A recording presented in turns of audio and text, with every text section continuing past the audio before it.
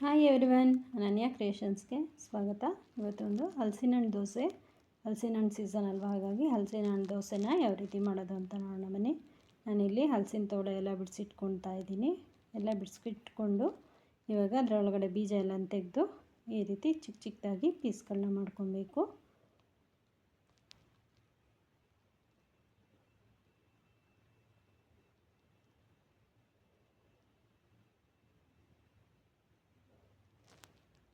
ಈ ರೀತಿ ಒಂದು ಬೌಲಷ್ಟು ಬಿಡಿಸಿಟ್ಟಿರೋಂಥ ಹಲಸಿನ ತೋಳೆನ ತೊಗೊಂಡಿದ್ದೀನಿ.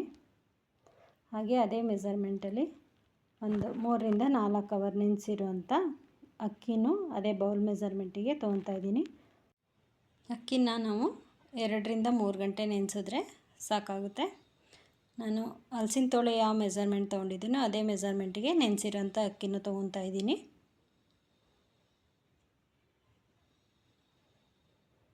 ಇವಾಗ ರುಬ್ಕೊಬೇಕು.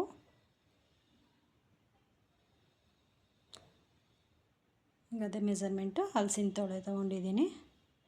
ಅಕ್ಕಿ ಸ್ವಲ್ಪ ಹಾಕ್ಕೋಬೇಕು ಮತ್ತು ಸ್ವಲ್ಪ ಹಲಸಿನ ತೋಳೆನ ಹಾಕ್ಕೊಂಡು 2 ಸಮ ಹಾಕ್ಕೊಂಡು ನಾವು ರುಬ್ಕೊಬೇಕಾಗುತ್ತೆ.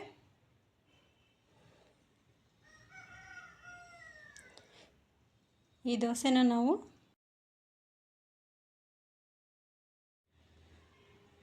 ಈ ರೀತಿ ನುಣ್ಣಗೆ ರುಬ್ಕೊಂಡು ಒಂದು ಪಾತ್ರೆಗೆ ಬಗ್ಗಿಸ್ಕೊತಾ ಇದ್ದೀನಿ. ಹಾಗೆ ಈ ದೋಸೆನ ನಾವು ಇಮಿಡಿಯೇಟಾಗಿ ರುಬ್ಬಿ ಆವಾಗಲೇ ದೋಸೆ ಹಾಕ್ಕೊಬೋದು. ಈಗ 1 ಹೋಳಷ್ಟು ತೆಂಗಿನಕಾಯಿನ, ಹಸಿ ತೆಂಗಿನಕಾಯಿನ ತೊಗೊಂಡಿದ್ದೀನಿ.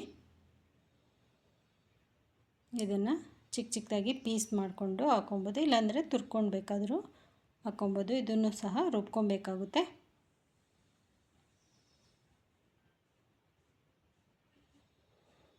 ಇವಾಗ ಇದನ್ನು ಜಾರಿಗೆ ಹಾಕ್ಕೊಂಡು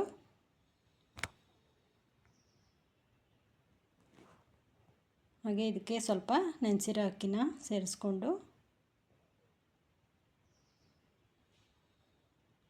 ಹಾಗೆ ಹಲಸಿನಕಾಯಿನೂ ಸ್ವಲ್ಪ ಸೇರಿಸ್ಕೊಂಡು ಹಲಸಿನ ತೋಳೆನ ರುಬ್ಕೊಬೇಕು.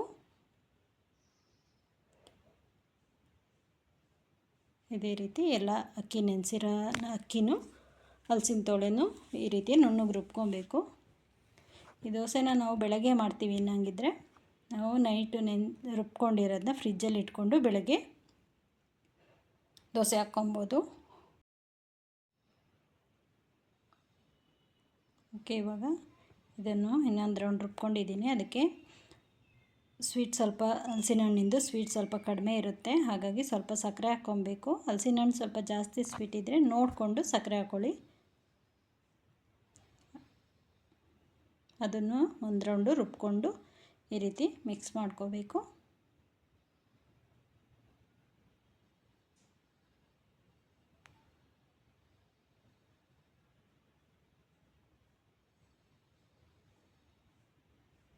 ಇವಾಗ ಮಿಕ್ಸ್ ಮಾಡ್ಕೊಂಡಿರೋದನ್ನ ಈ ರೀತಿ ದೋಸೆ ಹಿಟ್ಟಿನದಕ್ಕೆ ಚೆನ್ನಾಗಿ ಮಿಕ್ಸ್ ಮಾಡಿಕೊಂಡು, ಅಕಸ್ಮಾತ್ ಸ್ವಲ್ಪ ಗಟ್ಟಿ ಇತ್ತಂದರೆ ಸ್ವಲ್ಪ ನೀರನ್ನು ಆ್ಯಡ್ ಮಾಡ್ಕೊಳ್ಳಿ.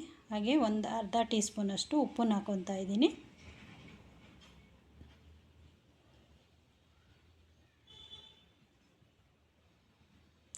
ಸ್ವೀಟ್ ಯಾವುದೇ ಸ್ವೀಟಿಗೂ ಸ್ವಲ್ಪ ಉಪ್ಪು ಹಾಕಿದ್ರೆ ರುಚಿ ಚೆನ್ನಾಗಿರುತ್ತೆ.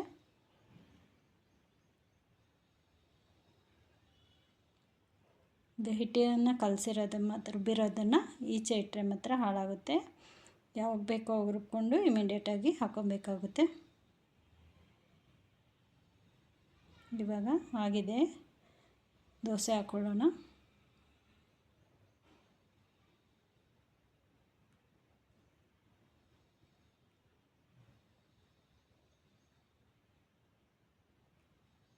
ಒಂದು ಸೈಡು ಬೆಂದಾಗಿದೆ. ಇವಾಗ ನನಗದು ವಿಡಿಯೋ ಸ್ಕಿಪ್ ಆಗಿತ್ತು.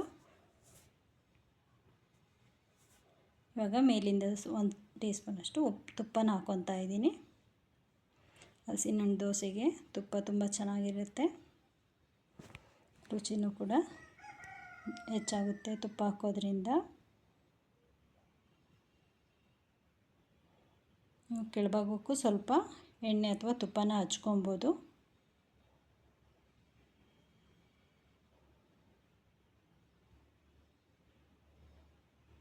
ಈ ರೀತಿ ಎರಡು ಸೈಡು ದೋಸೆನ ಬೇಯಿಸ್ಕೊಬೇಕು.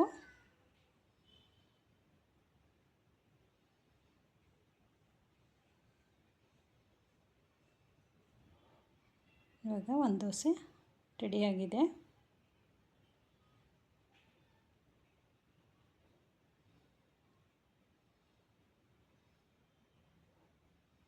ಈ ರೀತಿ ಮಧ್ಯದಲ್ಲಿ ಹಾಕಿ ನಿಧಾನವಾಗಿ ತಿರುಗಿಸ್ಬೇಕಾಗುತ್ತೆ, ಇಲ್ಲಾಂದರೆ ಸೌಟ್ಗೆ ಹತ್ಕೊಂಡ್ಬಿಡುತ್ತೆ ದೋಸೆ ಹಿಟ್ಟು.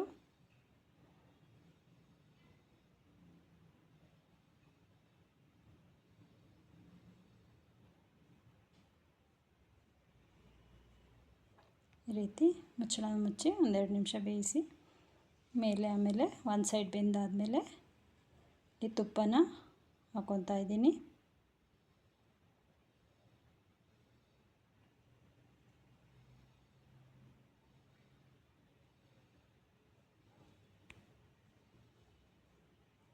ಸಂಜೆ ಬ್ರೇಕ್ಫಾಸ್ಟಿಗೆ ಬೇಕಾದರೂ ಈ ದೋಸೆ ಮಾಡ್ಕೊಬೋದು, ಅಥವಾ ಬೆಳಗ್ಗೆ ತಿಂಡಿಗೆ ಬೇಕಾದ್ರೂ ಈ ದೋಸೆನ ಹಾಕ್ಕೊಬೋದು.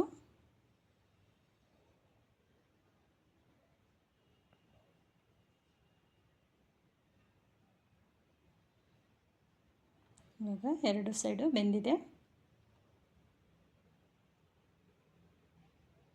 ಇವಾಗ ಹಲಸಿನ ಹಣ್ಣು ದೋಸೆ ರೆಡಿಯಾಗಿದೆ. ತುಪ್ಪದ ಜೊತೆ ತುಂಬಾ ಚೆನ್ನಾಗಿರುತ್ತೆ ಇದು ಹಲಸಿನ ಹಣ್ಣು ದೋಸೆ.